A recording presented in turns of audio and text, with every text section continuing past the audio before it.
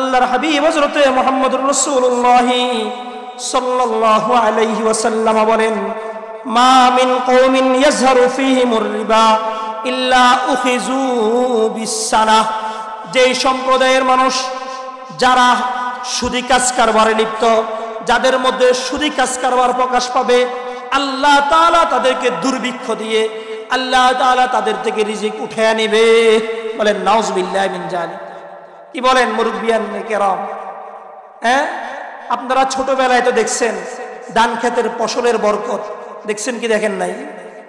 চাষাবাদের ফসলের বরকত দেখছেন কি দেখেন নাই? সত্যি করে বলেন, এখন কি আগের মতন বরকত দেখা যায়? কিভাবে দেখা যাবে? আল্লাহ তাআলা তো আমাদের ঠিক উঠাই নিতেছেন। কারণ এক সময় সুদকে মানুষ গুনাহ মনে করত, এজন্য সুদি কাজ কারবার বর্জন করত। কিন্তু এখন প্রত্যেকটা লেনদেনে, মানুষের লেনদেনের যেই খাতগুলো আছে, বেশিরভাগ লেনদেনের খাতের মধ্যেই সুদি কাজ কারবার। বলেন ঠিক না বেটি? বড় বড় ব্যবসায়ীরা ব্যাংক থেকে লোন নেয়, সেটাও সুদি কাজ কারবার। এনজিওরা গ্রামে গ্রামে হেঁটে, আমি এই কথাটা 21 সালে আপনাদের এখানে বলছিলাম একবার, এনজিওরা গ্রামে গ্রামে হেঁটে গরিব দুঃখী মহিলা, পুরুষদেরকে ধরে না, বেশিরভাগ মহিলাদেরকে, কথা বলেন ঠিক না বেটি? মহিলাদেরকে ধরে ধরে, ভাবি আপনি ঘর করবেন না? আপনার ঘর করার দরকার আছে, দেখতে আপনার ঘরটা ভেঙে যাচ্ছে, আপনি একটা গাভী কিনেন, এই গাভীর টাকাটা আমরা দিব আপনাকে, এই গাভীর রুজি দিয়ে আপনার সংসার চলবে। এভাবে আমাদেরকে ধোঁকা দেয় কি দেয় না? মুহতারাম হাজিরিন, এজন্য দেখলে খুঁজলে খুব পাওয়া যায়। এখন বিশেষভাবে সমাজের যারা দরিদ্র গরিব, তাদেরকে বিভিন্ন এনজিওরা, আয়েশা নামে এনজিও আছে, ব্রাক নামে এনজিও আছে, এনজিওর শেষ নেই। এই এনজিও গুলা আমাদের দেশে ইসলামকে ধ্বংস করার জন্যে, মুসলমানের ইজ্জত ধ্বংস করার জন্যে, মুসলমানের উপর আল্লাহর আযাব ও গজব বৈধ করার জন্যে, মুসলমানের উপর দুনিয়ার শান্তি ধ্বংস করার জন্যে তারা গোপনে গোপনে হেঁটে হেঁটে আমাদের মা বোনদেরকে বিভিন্ন ঋণ দেয়। কথা বলেন ঠিক না বেটি? এজন্য আমাদের উচিত শুধু মাহফিল আয়োজন করে বক্তাকে বলবো সুদের বিষয়ে আলোচনা করেন, এতটুকুই শেষ নয়। এই জন্য আমাদের উচিত সমাজে, প্রত্যেকটা সমাজে দ্বীনি ভাইয়েরা আছে যারা উলামায়ে কেরামকে সাথে নিয়ে, অর্থ পয়সাওয়ালা যে সমস্ত ভাই আছে, আলহামদুলিল্লাহ এখন অনেক যুবক ভাই দিনদার, দিন নিয়ে বুঝে, দিন নিয়ে ঘাটাঘাটি করে, দিনের উপর আমল করার জন্য চেষ্টা করে না যতটুকুই। ونشهد أن لا إله إلا الله وحده لا شريك له ونشهد أن سيدنا وسندنا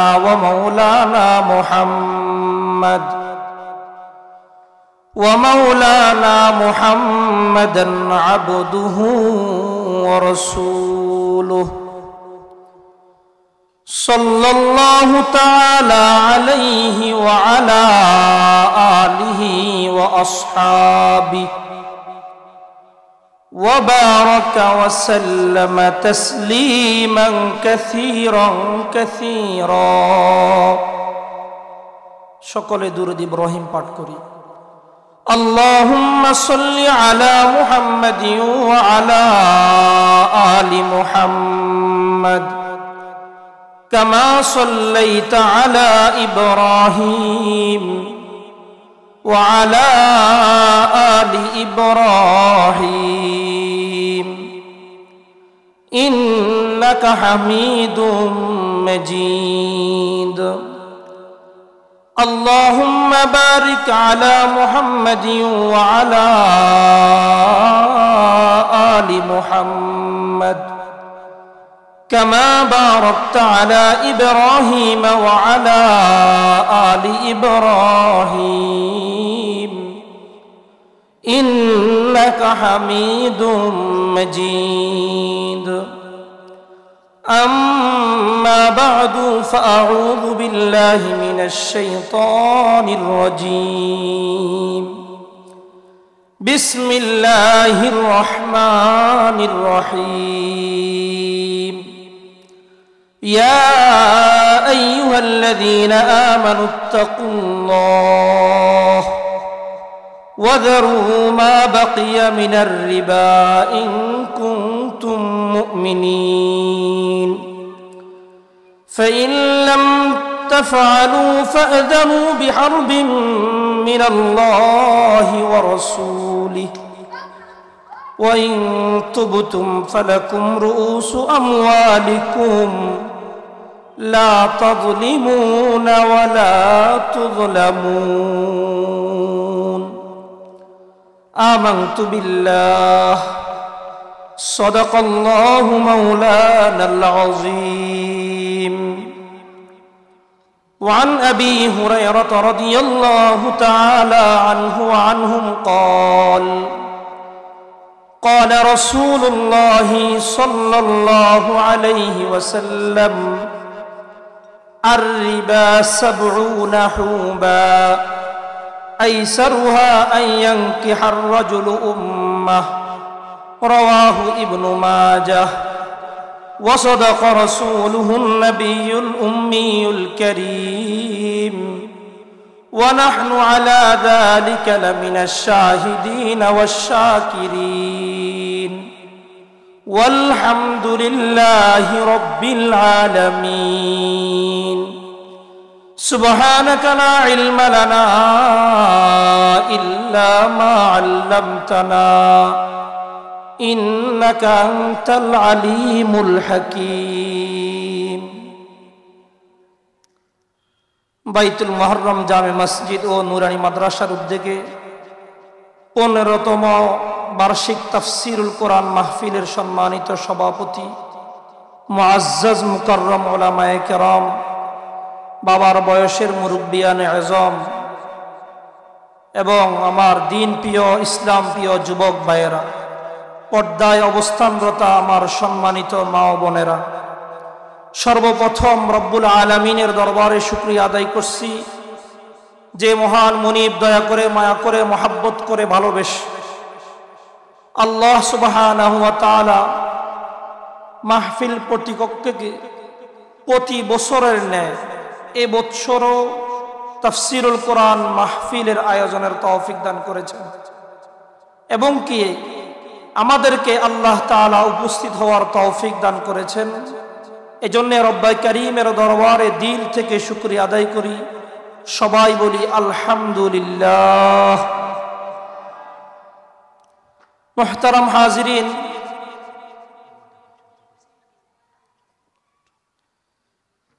যেহেতু হুজুর চলে এসেছেন মুরব্বী, আমরা হুজুরের ছাত্র তুল্য, সরাসরি ছাত্র হইতে পারি নাই, এজন্য কথা বলাটাও সাহসের বিষয়। আমাকে একটা বিষয়বস্তু দেওয়া হয়েছে, যেহেতু 2 দিন মেফি মাহফিল আয়োজক অনেক, সেই হিসাবে বিষয়টা অনেক সুন্দর। তো আমিও নিয়ত করেছি ইনশাআল্লাহ বিষয়বস্তুকে সামনে রেখেই ইনশাআল্লাহ আমি আমার আলোচনা করব। ওমা তৌফিক ইল্লাহ বিল্লাহ। আল্লাহ সুবহানাহু ওয়া তাআলা আমাদেরকে দুনিয়াতে প্রেরণ করেছেন জীবন যাপনের জন্য, দুনিয়াতে বহু নেয়ামত দান করেছেন। আল্লাহ তাআলা আমাদের জন্য রিজিকের ব্যবস্থা করেছেন, রিজিক তালাশ করার জন্য বলেছেন, নিজের হাতে কাজ করে খাওয়ার জন্য বলেছেন। আল্লাহ তাআলা বলেছেন কুলু ওয়াশরাবু হালালান তাইয়্যিবা, যে তোমরা খাও এবং পানাহার করো যেটা হালাল এবং পবিত্র, হালাল এবং পবিত্র। আল্লাহ তাআলা শুধু এ কথা বলেন নাই যে তোমরা হালাল খাবার খাও, হারাম খেও না, এভাবে আল্লাহ তাআলা বলেন নাই। আল্লাহ তাআলা কি বলছেন যে তোমরা হালাল খাও। কোন হালাল? যেটা পবিত্র। আমি আপনাদেরকে উদাহরণ দিলে বিষয়টা বুঝবেন। আচ্ছা, আমার সাথে আপনারা একমত হলে বলেন তো, মুরগির গোশত হালাল না হারাম? হালাল। বকরির গোশত হালাল না হারাম? কুকুরের গোশত, মরা মৃত মুরগির গোশত হালাল না হারাম? মুরগিটা আমি চুরি করে আনলাম, মুরগিটা চোরে চুরি করে নিল, কোরবানির সিজনে চোর গরু চুরি করে নিল, গরুর গোশত হালাল না হারাম? গরুর গোশত স্বতন্ত্রভাবে হালাল। চোর চুরি করে আনছে ঠিক, কিন্তু এই গরুর গোশতটা তো হারাম না, এটা হালাল, বৈধ জিনিস, যেটাকে আল্লাহ হালাল করেছেন, কিন্তু এটা অপবিত্র, এটা পবিত্র নয়। কেন? এটার মধ্যে অন্য একটা দোষারোপ জিনিস এক হয়ে গেছে, যার কারণে গরুর গোশতটা হালাল, কিন্তু এটা কি নয়? পবিত্র নয়। তাহলে আশা করি আমরা বুঝলাম এমনও জিনিস আছে যেটা হালাল কিন্তু কি না? পবিত্র নয়। আল্লাহ সুবহানাহু ওয়া তাআলা বলেছেন যে বান্দা তোমরা খাবার খাও এবং পানাহার করো, তবে যেটা হালাল এবং কি পবিত্র। ওয়া আমালু সলিহাহ, এবং নেক আমল করো। নেক আমলের সাথে হালাল এবং পবিত্র খাবারের সাথে কি আছে? সম্পর্ক আছে। দারুল উলুম দেওবন্দের ঘটনা আমরা আমাদের আসাতায়ে কেরাম থেকে শুনতাম, হালাল এবং পবিত্র খাবারের ফজিলত কেমন দেখেন। ওইখানে একজন রাখাল ছিল, তিনি ঘাস বিক্রি করত, ময়দান থেকে ঘাস কেটে কি বিক্রি করত? বাজারে গিয়ে ঘাস বিক্রি করত 6 টাকা মূল্যে। 6 টাকার ঘাস বিক্রি করে 2 টাকা বাজারে সদকা করে দিত, আল্লাহর রাস্তায় কি করে দিত? সদকা করে দিত। বাকি 2 টাকা বাজার সদাই করে নিয়ে আসতেন সাপ্তাহিক বাজারের দিন, আর 2 টাকা জমাইতেন প্রতি বাজারে বাজারে। এভাবে 2 টাকা জমাইয়া মাসখানেক পরে দারুল উলুম দেওবন্দের আসাতায়ে কেরামদেরকে দাওয়াত করতেন বাসায়।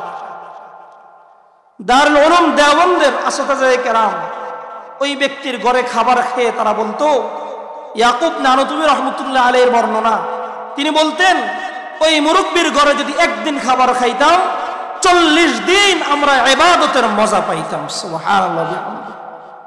এজন্য হালাল এবং পবিত্র খাবারের সাথে ইবাদতের সাথে কি সম্পর্ক।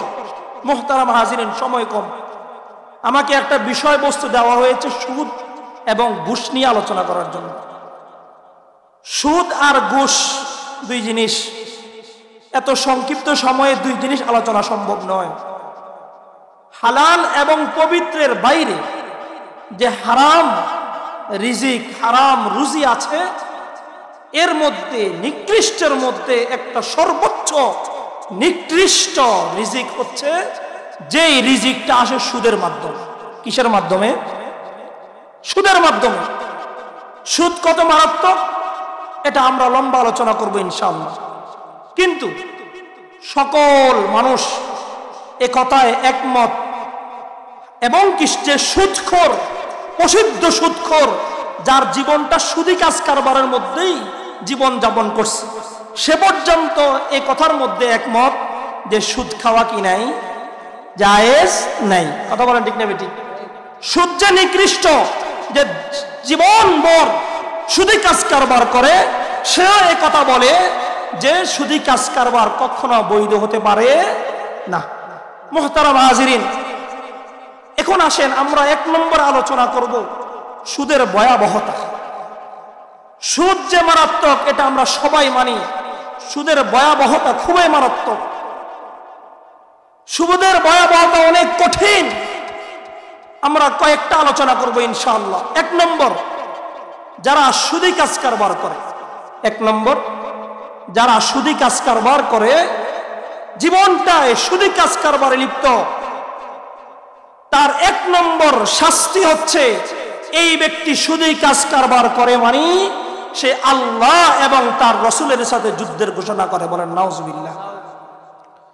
আল্লাহ তাআলা সূরা বাকারার 279 নং আয়াতে কথা বলেন, فَإِن لَّمْ تَفْعَلُوا فَأَذَنُوا بِحَرْبٍ مِّنَ اللَّهِ وَرَسُولِهِ। যারা সুদ বর্জন করে না, সুদি কাজ কারবারে লিপ্ত, তারা আল্লাহ এবং তার রাসূলের সাথে যুদ্ধ করে। কার সাথে যুদ্ধ করে?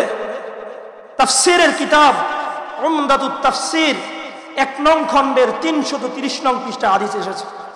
আব্দুল্লাহ ইবনে আব্বাস রাদিয়াল্লাহু তাআলা আনহুমা বলেন, ইউকালু ইয়াউমাল কিয়ামা লিআকিলির রিবা, কিয়ামতের ময়দানে সুদখোরকে বলা হবে, খুয সালাহাকা লিল হারব, তুমি তোমার অস্ত্র শস্ত্র গ্রহণ করো আল্লাহ এবং আল্লাহর রাসূলের সাথে যুদ্ধ করার জন্য। নাউজুবিল্লাহ। কি রাজি আছেন নাকি আল্লাহ আল্লাহর রাসূলের সাথে যুদ্ধ করার জন্য? তাহলে সুদখোরের প্রথম ভয়াবহতার দিক হচ্ছে যে সুদ খায়, সুদী কাজ কারবার করে, সুদী লেনদেন করে, সে আল্লাহ এবং তার রাসূলের সাথে কি করে? যুদ্ধের ঘোষণা। 2 নম্বর সুদের ভয়াবহতা, কাল কিয়ামতের ময়দানে যখন সুদখোরকে তার কবর থেকে উঠানো হবে, তখন ওই ব্যক্তিটা এমন একটা অবস্থা হবে, তাকে দেখতে মনে হবে সে লোকটা পাগল, মনে হবে যে পাগলামি আর মাতলামি তার মধ্যে দেখা যাবে, শয়তান তাকে পাকড়াও করবে, तमाम মানুষ তাকে দেখে চিনে ফেলবে যে এই মানুষটা দুনিয়াতে সুদী কাজ কারবার করত। আল্লাহ তাআলা বলেন সূরাতুল বাকারা, الذين يأكلون الربا لا يقومون إلا كما يقوم الذي يتخبطه الشيطان من المس, যারা সুদ খায় তারা কিয়ামতের ময়দানে এমন অবস্থায় উঠবে যে শয়তান তাকে পাকড়াও করেছে, তার মধ্যে পাগলামির ভাব থাকবে, तमाम মানুষ তাকে দেখে চিনে ফেলবে, হায় রে দুনিয়াতে এই মানুষটা সুদী কাজ কারবার করত, সুদ খাইতো, হয়তো দুনিয়াতে গোপন করা সম্ভব কিন্তু কিয়ামতের ময়দানে সম্ভব না। কথা বলেন ঠিক না বেটি? এটা হচ্ছে সুদের 2 রং ভয়াবহতা। সময় কম, এজন্য আমি টেনে চলে যাচ্ছি। 3 নম্বর, কিয়ামতের ময়দানে এই সুদখোর কি অবস্থায় উঠবে? কিয়ামতের ময়দানে যখন এই সুদখোরকে উঠানো হবে, তখন তার বাকরুদ্ধ করা হবে, তার এভাবে ঘাড়টাকে ধরে চিপে ধরে রাখবে যাতে করে তার জান চলে যায়, এমন একটা উপক্রম হবে। উমদাতুত তাফসীরের মধ্যে হাদিস এসেছে, আব্দুল্লাহ ইবনে আব্বাস রাদিয়াল্লাহু তাআলা আনহুমা বলেন, ক্বালা আকিলুর রিবা ইউবআসু ইয়াউমাল কিয়ামা মাজনুনান ইউখনাক, যে সুদ খায়, সুদী কাজ কারবার করে, তাকে কিয়ামতের ময়দানে উঠানো হবে পাগল অবস্থায় এবং তার বাকরুদ্ধ অবস্থায়। বলেন নাউজুবিল্লাহি মিন যালিক। কি বলেন? দুনিয়াতে হয়তো আমি মসজিদের সভাপতি, হয়তো আমি সমাজের দায়িত্বশীল, থানার দায়িত্বশীল, সুদী কাজ কারবার করি খুব গোপনে, কিন্তু দুনিয়ার মানুষ জানে না, জানলেও বুঝাইতে চায় না, বা আমিও বুঝাইতে চাই না, কিন্তু কিয়ামতের ময়দানে মানুষকে বুঝানোর প্রয়োজন হবে না, আমিও গোপন করতে সক্ষম হব না। 4 নম্বর, আল্লাহ তাআলা যেই ব্যক্তি সুদী কাজ কারবার করে, সুদী লেনদেন করে, সুদের টাকা খায়, সুদের টাকা দিয়ে ছেলে সন্তান লালন পালন করে, পরিবার পরিজনকে পরিচালনা করে, আল্লাহ তাআলা দুনিয়ার জীবনে আল্লাহর হালাল রিজিক থেকে তাকে বঞ্চিত করবে। বলেন নাউজুবিল্লাহি মিন যালিক। সে যখন তার রুজির মাধ্যমে যখন সুদী কাজ কারবার, তো সে হালাল জিনিস খাবে কিভাবে? তার মূল রুজিটাই তো কি হারাম, তাহলে সে হালাল রিজিক খাবে কিভাবে? আল্লাহ তাআলা বলেন, ফাবিজুলমিন মিনাল্লাযীনা হাদু হাররামনা আলাইহিম তাইয়্যিবাতিন উহিল্লাত লাহুম। আল্লাহ তাআলা বলেন, যারা জুলুম করে, যারা কি করে? জুলুম করে, তাদেরকে আল্লাহ পবিত্র এবং হালাল রিজিক থেকে তাদেরকে বঞ্চিত করে। অবিসদ্দিমান সাবিলিল্লাহি কাসীর, এবং যারা আল্লাহর রাস্তায় কোনো কাজ কারবার করতে বাধা দেয়, আল্লাহর জমিনে আল্লাহর দ্বীন কায়েম করতে বাধা দেয়, মাহফিল করতে বাধা দেয়, মসজিদ নির্মাণ করতে বাধা দেয়, মাদ্রাসা নির্মাণ করতে বাধা দেয়, আছে না নাই? আল্লাহ তাআলা বলেন, ওয়াবিসদ্দিমান সাবিলিল্লাহি কাসীর। 1 নম্বর যারা জুলুম করে, 2 নম্বর যারা আল্লাহর রাস্তায় কোনো কাজে বাধা দেয়, 3 নম্বর ওয়াখযিহিমুর রিবা ওয়াকাদ নুহু আনহু, এবং যারা সুদ গ্রহণ করে। কি গ্রহণ করে? যারা সুদ গ্রহণ করে, ওয়াকলিম আমওয়ালান নাস বিল বাতিল, এবং যারা মানুষের সম্পদ অন্যায়ভাবে গ্রহণ করে। কয়টা দল? 4 দলের মানুষ, যারা দুনিয়াতে মানুষের উপর জুলুম করে, যারা আল্লাহর রাস্তায় কোনো কাজে বাধা দেয়, যারা সুদ গ্রহণ করে, এবং যারা অন্যের সম্পদ অন্যায়ভাবে গ্রহণ করে। আমাদের দেশে এখন মামলার অভাব নাই, 9,80,00,000 মামলা, কথা বলেন ঠিক না বেটি? কোটি কোটি টাকার মামলা, তারা এটা অন্যের মাল ন্যায়ভাবে গ্রহণ করেছে না অন্যায়ভাবে? মুহতারাম হাজিরিন, আল্লাহ তাআলা বলেন এই 4 শ্রেণীর লোকের উপর আল্লাহ তাআলা হালাল এবং পবিত্র রিজিক, আমি একটু প্রথমে বললাম হালাল এবং কি পবিত্র রিজিক আল্লাহ তাআলা তাদের থেকে কি করে দেয়? মাহরুম করে দেয়। আল্লাহ তাআলা এই 4 দলের দলভুক্ত হওয়া থেকে আমাদের সবাইকে হেফাজত করুন, সবাই বলি আমিন। 5 নম্বর, যারা সুদি কাজ কারবার করে, দুনিয়াতে সুদি লেনদেন করে।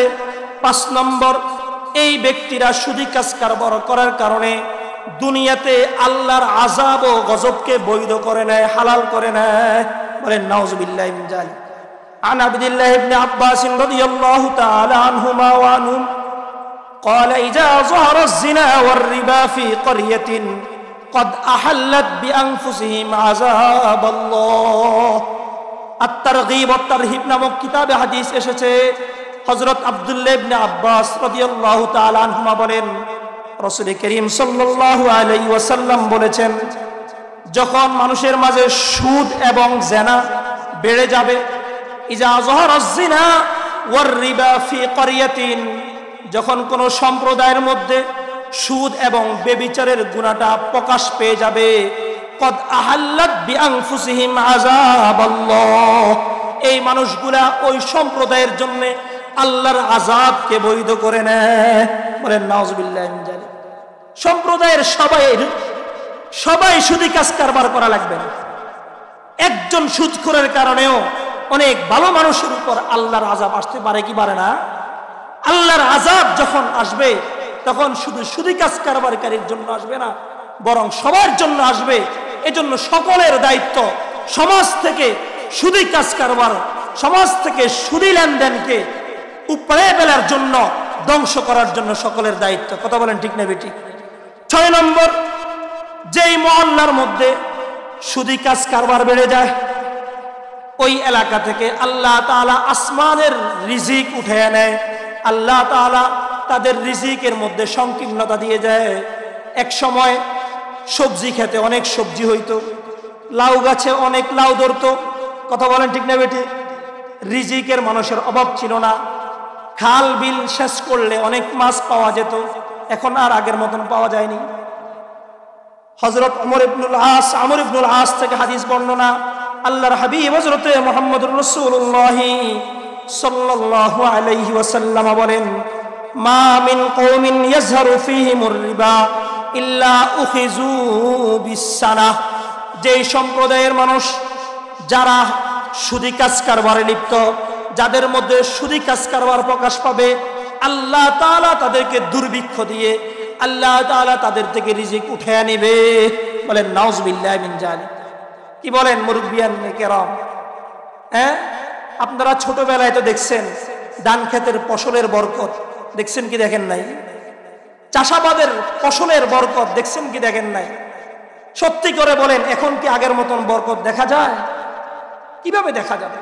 আল্লাহ তাআলা তো আমাদের থেকে উঠে নিতেছেন। কারণ এক সময় সুদকে মানুষ গুনাহ মনে করত, এজন্য সুদি কাজ কারবার বর্জন করত। কিন্তু এখন প্রত্যেকটা লেনদেনে, মানুষের লেনদেনের যেই খাতগুলো আছে, বেশিরভাগ লেনদেনের খাতের মধ্যেই সুদি কাজ কারবার। বলেন ঠিক না বেটি? বড় বড় ব্যবসায়ীরা ব্যাংক থেকে লোন নেয়, সেটাও সুদি কাজ কারবার। এনজিওরা গ্রামে গ্রামে হেঁটে, আমি এই কথাটা 21 সালে আপনাদের এখানে বলছিলাম একবার, এনজিওরা গ্রামে গ্রামে হেঁটে গরিব দুঃখী মহিলা, পুরুষদেরকে ধরে না, বেশিরভাগ মহিলাদেরকে, কথা বলেন ঠিক না বেটি? মহিলাদেরকে ধরে ধরে, ভাবি আপনি ঘর করবেন না? আপনার ঘর করার দরকার আছে, দেখতে আপনার ঘরটা ভেঙে যাচ্ছে। আপনি একটা গাভী কিনেন, এই গাভীর টাকাটা আমরা দিব আপনাকে, এই গাভীর রুজি দিয়ে আপনার সংসার চলবে। এভাবে আমাদেরকে ধোঁকা দেয় কি দেয় না? মুহতারাম হাজিরিন, এজন্য দেখলে খুঁজলে খুব পাওয়া যায়। এখন বিশেষভাবে সমাজের যারা দরিদ্র গরিব, তাদেরকে বিভিন্ন এনজিওরা, আয়েশা নামে এনজিও আছে, ব্রাক নামে এনজিও আছে, এনজিওর শেষ নেই। এই এনজিও গুলা আমাদের দেশে ইসলামকে ধ্বংস করার জন্য মুসলমানের ইজ্জত ধ্বংস করার জন্য, মুসলমানের উপর আল্লাহর আযাব ও গজব বৈধ করার জন্য, মুসলমানের উপর দুনিয়ার শান্তি ধ্বংস করার জন্য তারা গোপনে গোপনে হেঁটে হেঁটে আমাদের মা বোনদেরকে বিভিন্ন ঋণ দেয়। কথা বলেন ঠিক না বেটি? এজন্য আমাদের উচিত শুধু মাহফিল আয়োজন করে বক্তাকে বলবো সুদের বিষয়ে আলোচনা করেন, এতটুকুই শেষ নয়। এই জন্য আমাদের উচিত সমাজে, প্রত্যেকটা সমাজে দ্বীনি ভাইয়েরা আছে যারা উলামায়ে কেরামকে সাথে নিয়ে, অর্থ পয়সাওয়ালা যে সমস্ত ভাই আছে, আলহামদুলিল্লাহ এখন অনেক যুবক ভাই দিনদার, দিন নিয়ে বুঝে, দিন নিয়ে ঘাটাঘাটি করে, দিনের উপর আমল করার জন্য চেষ্টা করে, না যতটুকুই পারে অন্তত উলামায়ে কেরাম থেকে অনেক কিছু জিজ্ঞাসা করে। গতকালকেও সৌদি আরব থেকে একজন সাধারণ ভাই ফোন করছে একটা মাসালার জন্য। তো এভাবে আমাদের যুবক ভাইরা আলহামদুলিল্লাহ করতেছে। কিন্তু সুদী কাজ কারবার উঠানোর জন্য আমার মনে হয় প্রত্যেকটা মহল্লায় যদি একটা উদ্যোগ নেওয়া হয় যে সদকায়ে কর্জে হাসানা একটা ফান্ড, একটা সমিতি যদি করা হয় যে আমরা টাকাগুলো ব্যাংকে কেন পালাই রাখবো। অনেকের অ্যাকাউন্টে 5 লাখ আছে, 10 লাখ আছে, আছে না নাই? গত বছর বা কিছুদিন আগে বাংলাদেশে একবার টাকার সংকট, এজন্য কেউ আর ব্যাংকে টাকা রাখবে না। গরম গরম তাজা তাজা নোট উঠানোর জন্য সবাই ব্যস্ত। দরকার কি আমার ব্যাংকে টাকাগুলো রাখার জন্য? আমরা যারা বিত্তবান আছি তাদের উচিত একটা কর্জা হাসানা ফাউন্ডেশন খোলার জন্য, যেখানে সঠিক লোক রাখবে। আর এটার মূল কাজ হবে সমাজের যারা দরিদ্র, যাদের কষ্ট হয়, জীবিকা উপার্জনে কষ্ট, জীবন যাপন করতে কষ্ট, হত দরিদ্র, এদেরকে কিছু কর্জে হাসানা দিয়ে অথবা কোনো ব্যবসায়ের লাইন ধরাই দিয়ে তাদেরকে তাদের অভাব দূর করার জন্য যদি এভাবে উদ্যোগ নেওয়া যায়, তাহলে আমাদের দেশের এনজিওরা আমাদেরকে আর ধ্বংস করতে পারবে। কথা বলেন ঠিক না ঠিক? এজন্য এরকম উদ্যোগ নেওয়া উচিত ভাই। আলহামদুলিল্লাহ আছে, বড় মানের কিছু উদ্যোগ আছে। আর সুন্নাহ ফাউন্ডেশনকে দেখেন নাই আমাদের বন্যায় কত বড় খেদমত করেছে, যেটা কল্পনারও বিষয় না, যেটা কল্পনারও বিষয় না। এজন্য সুদী কাজ কারবার উঠানোর জন্য আমাদের যুবক ভাইদেরকে, ব্যবসায়ী ভাইদেরকে এবং প্রবাসের অর্থবানওয়ালা ভাইদেরকে উদ্যোগ নেওয়া উচিত যে আমি আমার সমাজকে অন্তত সুদী কাজ কারবার থেকে মুক্ত করব। কথা বলেন, এরকম উদ্যোগ নেওয়া যায় কিনা? আল্লাহ তাআলা আমাদের সবাইকে এরকম উদ্যোগ নেওয়ার তৌফিক দান করুন, সবাই বলি আমিন। মুহতারাম হাজিরিন, আমি হয়তো আপনাদেরকে পোষাইতে পারবো না, কিন্তু পোষানোর বুজুর্গ আছে। আমি অসুস্থ, 1 সপ্তাহ থেকেই প্রচন্ড কাশ, এখন আসতেছেন আল্লাহ তাআলার নেয়ামত, কিন্তু গলার অবস্থা আপনারা বুঝতেছেন। যাই হোক, বলছিলাম 7 নম্বর সুদের ভয়াবহতা। যারা সুদী কাজ কারবার করে, যারা সুদ খায়, সুদের টাকা দিয়ে ছেলে সন্তানকে পড়ায়, সুদের টাকা দিয়ে ছেলে সন্তানের জীবন যাপনে সহযোগিতা করছে। এই জন্য আমরা যে সমস্ত ছেলে সন্তান জানি আমার বাবা সুদী কাজ কারবার করে, বাবাকে বলবো, বাবা আর প্রয়োজন নেই এই সুদী কাজ কারবার করে আপনি আমাদেরকে রিজিক আনবেন, আমাদের জন্য রুজি রোজগার করবেন না। প্রয়োজন নাই আমার পড়ালেখার, প্রয়োজন নাই আমার প্রবাসের জন্য সুদের থেকে লোন নিয়ে টাকা নেওয়ার। আল্লাহ তাআলা আমাকে হাত দিয়েছেন, পাও দিয়েছেন, আমি আমার হাত এবং পাও দিয়ে কর্ম করে আপনার জন্য আমি চেষ্টা করব আপনার সংসারের সহযোগিতা করার জন্য। রাজি আছেন নি ভাইরা? যারা সুদ খায়, যারা সুদ খায় আল্লাহ তাআলা তাদেরকে আরেকটা শাস্তি দিবে। যারা সুদ খায় তাদের পেটটা হয়ে যাবে অনেক লম্বা, অনেক বড়। কাল কিয়ামতের ময়দানে সকল মানুষ তাকে দেখে চিনে ফেলবে। দুনিয়াতে হয়তো মসজিদের সভাপতি ছিল, আছে না নাই? এখানে নাই, অন্য সমাজ থাকতে পারে, তো হয়তো সেক্রেটারি ছিল। নিজের মান ধরে রাখার জন্য সুদী কাজ কারবার প্রকাশ করতে দেয় নাই, ক্ষমতার দ্বারায় প্রকাশ করতে দেয় নাই। কিন্তু আল্লাহ অবশ্যই অবশ্যই আমার আর আপনার এই অপরাধ প্রকাশ করে দিবে। আল্লাহর হাবিব বলেন, উতিতু লাইলাতান উসরিয়া বি আলা কওমিন বুতুনিম কাল বুয়ুত। আমাকে ফেরেশতারা এক সম্প্রদায়ের নিকট নিয়ে গেল মেরাজের সময়।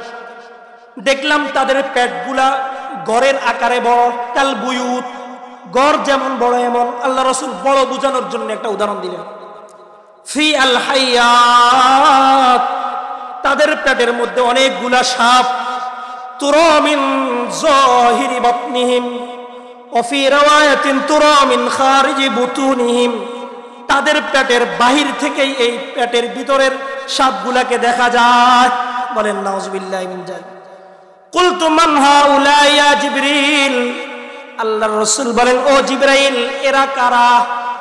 এরা কারা যাদের পেটগুলো এত বড়, যাদের পেটের ভিতর বিষাক্ত বিষাক্ত সাপ দেখা যায়, বাইরে থেকে যাদের পেটের সাপগুলা দেখা যায়? তখন জিবরাইল আলাইহিস সালাম আল্লাহর হাবিবকে বলেন, হাউলাই আকিলাতুর রিবা, এরা হচ্ছে ওই সমস্ত লোক যারা দুনিয়াতে সুদ খেয়েছে। বলেন নাউজুবিল্লাহি মিন যালিক। কি বলেন, গোপন করা কি সম্ভব? হায়রে ভাই, দুনিয়াতে একটা সাপ দেখলে কত ভয় পাই। আমি তো সাপের, মরা সাপও ভয় পাই, মরা সাপকেও ভয় পাই আমি। দুনিয়াতে একটা সাপকে কত ভয় করি। বন্যার মধ্যে কত সাপ কত মানুষের ঘরে ঢুকছে, সাপের কারণে অনেকে আর বাসায় থাকে নাই, ঘরে থাকে নাই, চৌমহলের মধ্যে বাসা বানিয়ে থাকছে। কথা বলেন ঠিক না বেঠিক? আরে ভাই, দুনিয়াতে সাপকে ভয় করি, দুনিয়াতে সাপকে দেখলে ভয় করি, কিন্তু অথচ আমি সুদি কাজ কারবারে লিপ্ত। কিন্তু আল্লাহর হাবিব বলেন, কিয়ামতের ময়দানে আমার পেটটা অনেক বড় হবে, আর এই পেটের মধ্যে থাকবে সাপ। বলেন নাউজুবিল্লাহি মিন যালিক। যারা সুদি কাজ কারবারে ৮ নম্বর ভয়াবহতা। আচ্ছা বলেন তো, কোনো মুসলমান নয়, কোনো অমুসলিমও, কোনো হিন্দু ব্যক্তিও, কোনো বেদিন মুশরিক কাফেরও কি এটা মেনে নিবে যে সে তার মায়ের সাথে জানা করবে? মেনে নিবে? আমার তো মনে হয় শুধু মুসলমান নয়, কোন কাফের মুশরিক বেদিন তারা পর্যন্ত এটা মেনে নিবে না যে নিজের মায়ের সাথে অপকর্ম করবে। মুহতারাম হাজিরিন, আমি হয়তো আমার মায়ের সাথে অপকর্ম করব না, আমি আমার মায়ের সাথে অপকর্ম করব, এটা আমার মজোগে দিবে না, এটা আমার রুচিতে দিবে না, এটা আমার আদর্শে দিবে না, ঠিক। কিন্তু আমি যে সুদি কাজ কারবারে লিপ্ত, আমি যে সুদি লেনদেনে লিপ্ত, আল্লাহর হাবিব হযরতে মুহাম্মদুর রাসূলুল্লাহ সাল্লাল্লাহু আলাইহি ওয়াসাল্লাম বলেন, সুদের বড় বড় 70টা ক্ষতির দিক আছে। কয়টা দিক? আর রিবা 70 হুবা। আল্লাহর হাবিব বলেন, সুদের যারা সুদি কাজ কারবারে করে, সুদ খায়, তাদের বড় বড় 70টা গুনাহ আছে। ও আইসারুহা আইয়ানকিহার রাজুলু উম্মাহ, আর সব চাইতে ছোট গুনাহ হলো যে সুদ খায় সে যেন তার মায়ের সাথে জিনা করলো। বলেন নাউজুবিল্লাহি মিন যালিক। মুহতারাম হাজিরিন, ছোট গুনাহ যদি এটা হয়, আমার তো মনে হয় আমাদের কাছে সবচাইতে বড় গুনাহ এটাই মনে হয়। কথা বলেন ঠিক না বেটি? আমাদের বিবিকে তো এটাকেই সবচেয়ে বড় গুনাহ মনে হয়, কিন্তু আল্লাহর রাসূল যদি বলে এটা সবচাইতে ছোট, তাহলে ছোট না বড়? ছোট। যেহেতু আল্লাহর হাবিব বলেছেন, আইসারুহা আইয়ানকিহার রাজুলু উম্মাহ, সুদখোরের যেই ব্যক্তি সুদি কাজ কারবার করে, আর রিবা 70 হুবা, সুদের 70টা বড় বড় গুনাহ আছে, আর এই 70টা গুনার সব চাইতে ছোট গুনাহ হলো আইয়ানকিহার রাজুলু উম্মাহ, লোকটা তার মায়ের সাথে জিনা করার গুনাহ। বলেন নাউজুবিল্লাহি মিন যালিক। মুহতারাম হাজিরিন, যদি ছোট্ট গুনাহটা এটা হয়, 70 নম্বর গুনাহটা যদি এটা হয়, বাকি 69টা গুনাহ কত বড়! এজন্য হাতে পায়ে ধরে বাবা বলে যাই, জীবনটা তোকে শেষ করে দিলাম, জীবনে সুদি কাজ কারবার অনেক করেছি, খোদার কসম করে বলে যাই, আমি যদি এতদিন পর্যন্ত সুদি কাজ কারবারে লিপ্ত, এখন থেকেও যদি আমি আজকের এই বয়ান থেকে যদি আমি আজ্ঞাবহ হই যে ইনশাআল্লাহ সুম্মা ইনশাআল্লাহ জীবনের আজকের অধ্যায় থেকে নতুন একটা অধ্যায় রচনা করব। জীবনে সুদি কাজ কারবার অনেক করেছি, কিন্তু আজকে থেকে ওয়াদা করব যে আর জীবনে কখনো সুদি কাজ কারবার করব না। খোদার কসম, খোদার কসম, আপনি না খেয়ে মরবেন না। কথা বলেন ঠিক না বেটি? মুহতারাম হাজিরিন, এজন্য জীবনের অধ্যায়টা পরিবর্তন করা দরকার। জীবনটাকে তো শেষ করে দিলাম, জীবনের অবস্থা তো এক পর্যায়ে শেষ, সুদি কাজ কারবার করতে করতে নিজেকে নিজে শেষ করে দিলাম। এজন্য আজকের এই বয়ান থেকে আমি আমার জীবনকে নতুনভাবে রঙাবো যে আল্লাহ, জীবনটাকে তো আমি শেষ করে দিলাম সুদের মাধ্যমে, তোমার নাফরমানিতে আমার জীবন শেষ করে দিলাম। আল্লাহ, আমি বিশ্বাস করি আমি আজকে যদি সুদি কাজ কারবার ছেড়ে দিই, আজকে যদি সুদি লেনদেন ছেড়ে দেই, আমার সন্তান না খেয়ে মরবে না, আমার স্ত্রী সন্তান না খেয়ে মরবে না, আমিও না খেয়ে মরবো না। আল্লাহ, পরিপূর্ণ তওবা করে নিলাম। আজকের এই মাহফিল থেকে আমি পরিপূর্ণ তওবা করে নিলাম। মাওলা, আমি জীবনে অনেক অপরাধ করেছি, জীবনটাকে শেষ করে দিলাম, জীবনে অনেক সুদি কাজ কারবার করেছি। আল্লাহ, তুমি আমার জীবনের तमाम গুনাহ ক্ষমা করে দাও এবং বাকি জীবনটা সুদি কাজ কারবার থেকে মুক্ত করো। খোদার কসম করে বলি বাবা, আমার জীবনটা এমন হবে যে আমি একদিনও খাবো না, এমন হবে না। আমার সন্তান না খেয়ে মরবে না, আমার বিবি বাচ্চা না খেয়ে মরবে না। এজন্য আজকের এই মাহফিল থেকে তওবা করে নিব।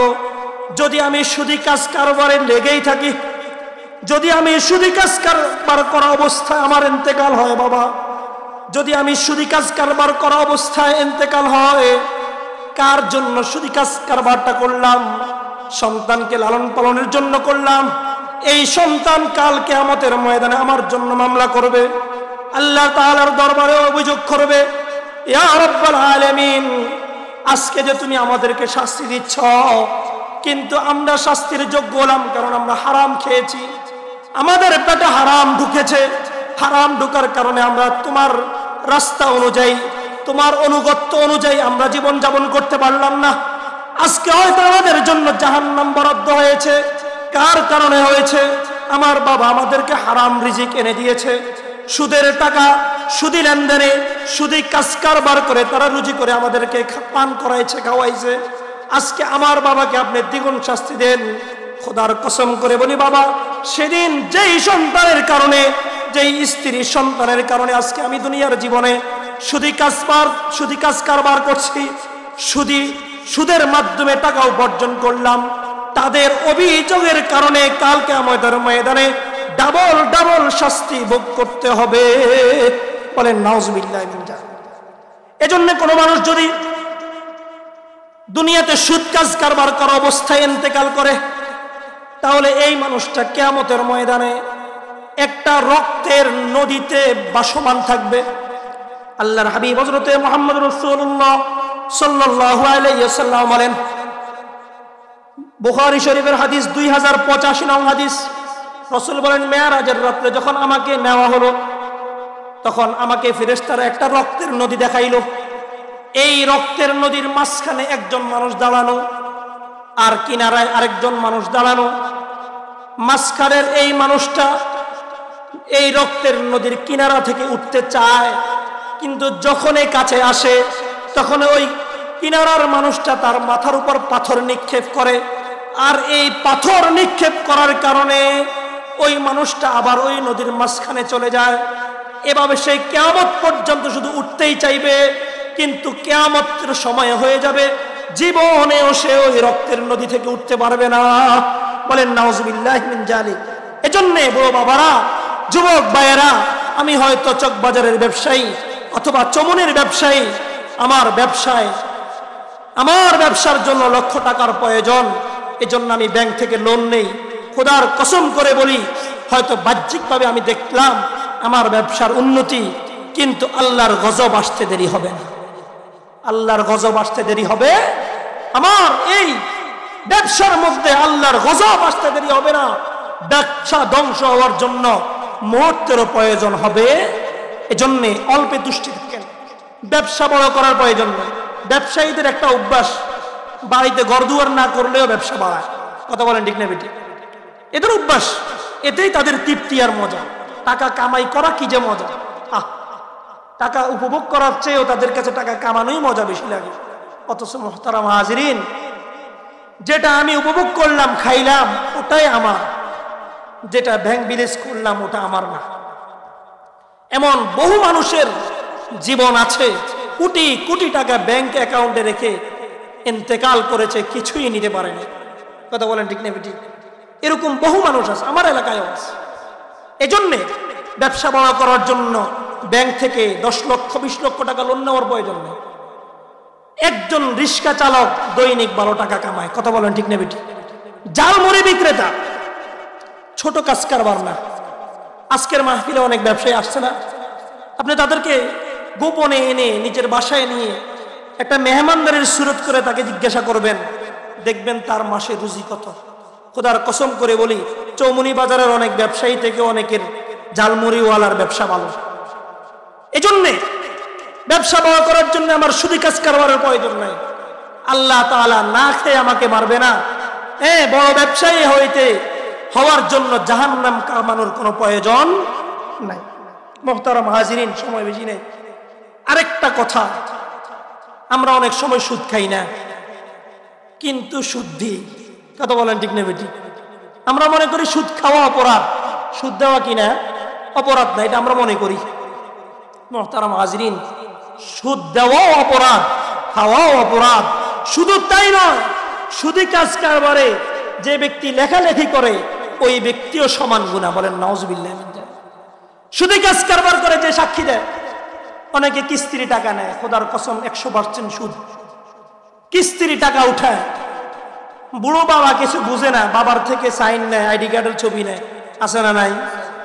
সরল মনা এলাকার অনেক ঘরের মহিলার সিগনেচার নেয়, আইডি কার্ডের পুঠু নেয়, আছে না নাই? হয়তোবা উনি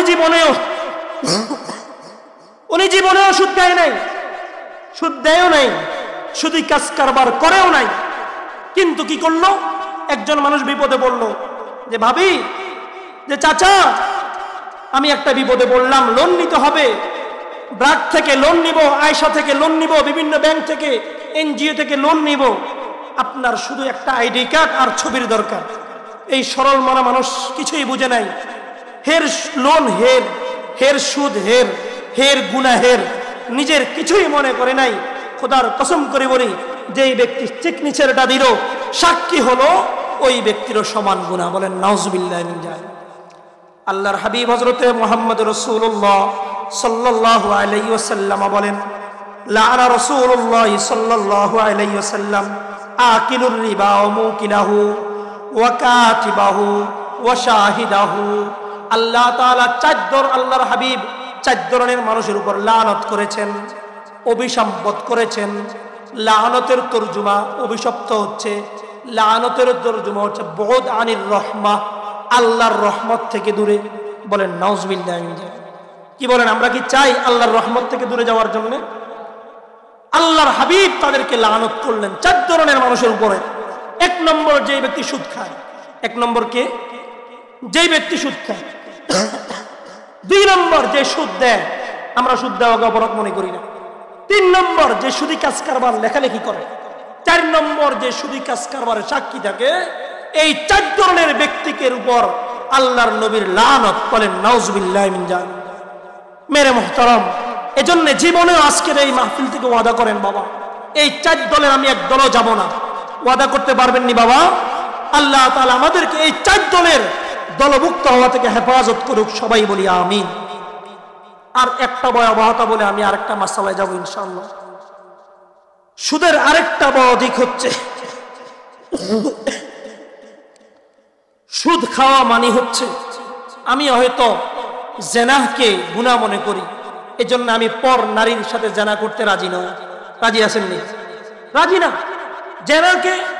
জেনা করা, পর নারীর সাথে অবৈধ সম্পর্ক করাকে শুধু মুসলমান অবৈধ মনে করে এমন নয়, একজন হিন্দু, একজন অমুসলিম পর্যন্ত এটাকে স্বীকার করে না।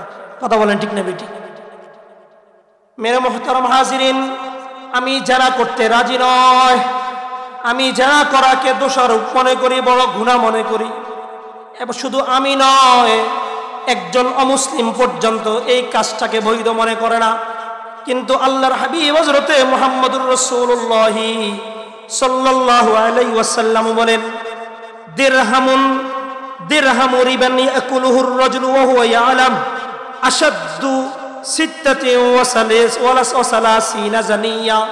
কোন মানুষ যদি জেনে শুনে বুঝে, কোন মানুষ যদি জেনে শুনে বুঝে 1 টাকা খায়, কিসের কথা বলেন? কিসের? সুদের। কোন মানুষ যদি মাত্র 1টা টাকাও খায় সুদের, জেনে শুনে বুঝে, আল্লাহর রাসূল বলেন আশাদ্দু সিত্তাতিন ওয়া সালাসিনা জানিয়া, 36 বার জেনা করার চাইতেও মারাত্মক। বলেন নাউজুবিল্লাহি মিন যালিক। এজন্য মুহতারাম হাজিরিন, আমার সময় শেষ পর্যায়ে, এজন্য আজকের এই মাহফিল থেকে আমি ওয়াদা করব, হায় রে আমি তো জেনা করাকে বৈধ মনে করি না, এটাকে তো রুচিশীল কাজও মনে করি না, পর নারীর সাথে অবৈধ সম্পর্ক করাকে, অবৈধ ভোগ করাকে আমি এটাকে বৈধ মনে করি না, অবৈধ মনে করি। এজন্য আমি অবৈধ মনে করি আমি কাজটা করি না, অথচ আমার জানা শোনায় হয়তো আমি সুদের কাজ কারবার করি। আল্লাহর রাসূল বলেন দিরহামু রিবান ওয়া হুয়া ইয়ালামু আশাদ্দু সিত্তাতি ওয়া সালাসিনা জানিয়া। জেনে শুনে 1 টাকা দিরহাম, 1 টাকা সুদের খাওয়া, এটাও 36 বার জেনা করার সমান। আল্লাহ তাআলা যেই কথাগুলা বলেছি, সর্বপ্রথম আমাকে এবং সবাইকে একটা উদ্যোগ নেওয়ার তৌফিক দান করো, যে উদ্যোগের কারণে আমাদের সমাজে সুদী কাজ কারবার আমাদের সমাজ থেকে ধূলিসাৎ হয়ে যাবে। সবাই বলি আমিন। যেই কথাগুলা বলেছি আল্লাহ তাআলা আমাদের সবাইকে আমল করার তৌফিক দান করেন। সবাই